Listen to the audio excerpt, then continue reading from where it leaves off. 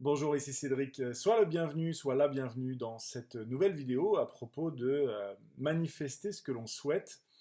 Et effectivement, c'est une vidéo où je vais parler de manifestation d'argent, où on peut trouver une certaine fluidité en fait dans les revenus d'argent qu'on peut avoir. Je vous prends un exemple extrêmement précis et concret. On vient de vendre une voiture 25% de plus que son prix de marché. Euh, c'est une vieille voiture qui avait 270 000 km, mais qui valait un petit 2000 euros d'après l'Argus et qu'on a vendu 2500 euros. Donc ça fait un delta de 500 euros qui est dans notre poche plutôt qu'ailleurs, sur un véhicule qui est coté voilà, à peu près 2000 balles. Alors comment ça s'est déroulé? Je vous passe justement si. Je ne vais pas vous détailler la partie technique de comment on l'a vendu, hein. On a fait ça avec Amazon Marketplace et ça s'est très bien passé. Euh, le sujet que je voulais aborder justement ici, c'était ça. C'était quelle est la différence entre le contrôle et, euh, et plutôt l'objectif, puisqu'on avait décidé que voilà, la voiture, elle cotait 3200 et quelques. On avait regardé un petit peu, on pouvait trouver autour de 2000, 2005, 3000. Il y avait des voitures avec moins de kilomètres qui étaient moins chères. Enfin, mais il y avait un endroit où on sentait que 2500 euros, c'était le prix juste, le prix qu'on en voulait. Et évidemment, l'Argus nous la met à un petit 2000 euros, donc c'était quand même pas évident avec des gens qui allaient forcément se renseigner sur la cote, sur le tarif, etc., pour pas acheter un véhicule trop cher.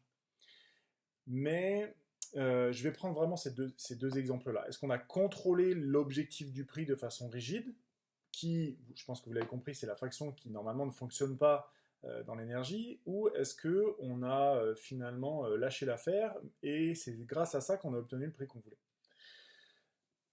Le contrôle aurait été de dire, on la met 2005, prix fixe, etc. sur l'annonce. Ou alors de dire, voilà, euh, on la met à 2008, mais on veut la vendre à 2005, et on part avec une rigidité dans l'énergie en se disant, de toute façon, c'est c'est pas en dessous de ce prix-là qu'on la vendra, etc. Donc vous voyez qu'il y a un certain état d'esprit un peu rigide en disant, voilà, j'ai un plancher en dessous duquel de toute façon je ne descendrai pas, et on met la voiture en vente dans cette intention-là.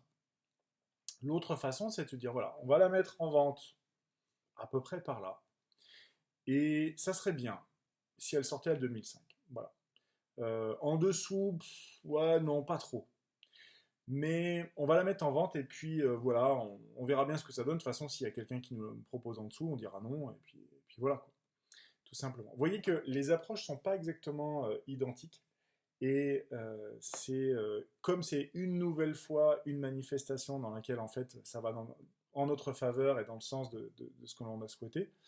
euh, c'est quelque chose qui est intéressant parce que vous voyez, on a vraiment une nette distinction entre les deux états d'esprit, entre je veux, j'exige et ça serait bien que. Et ça, c'est une vraie puissance en fait dans les manifestations que vous pouvez mettre en route, dans l'énergie, parce que vous avez précisément là un acte de foi. C'est-à-dire, en dehors d'une quelconque preuve, vous savez que les choses vont rouler pour que la situation vous soit le plus profitable. Alors j'en entends déjà certains d'entre vous vous dire, ah mais du coup le mec a payé 500 balles de plus, il s'est fait avoir. En fait pas du tout. Parce que j'avais mis l'annonce à 2800, le gars l'a négocié à 2005 et il est très content. Très très content. Parce que la voiture est dans un super état.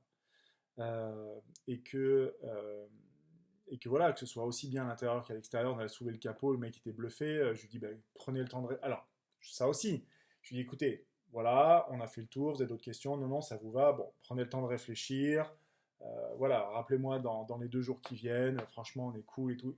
Et en fait, c'est parce que peut-être je lui ai pas mis la pression, qu'il a dit non, mais moi je la prends.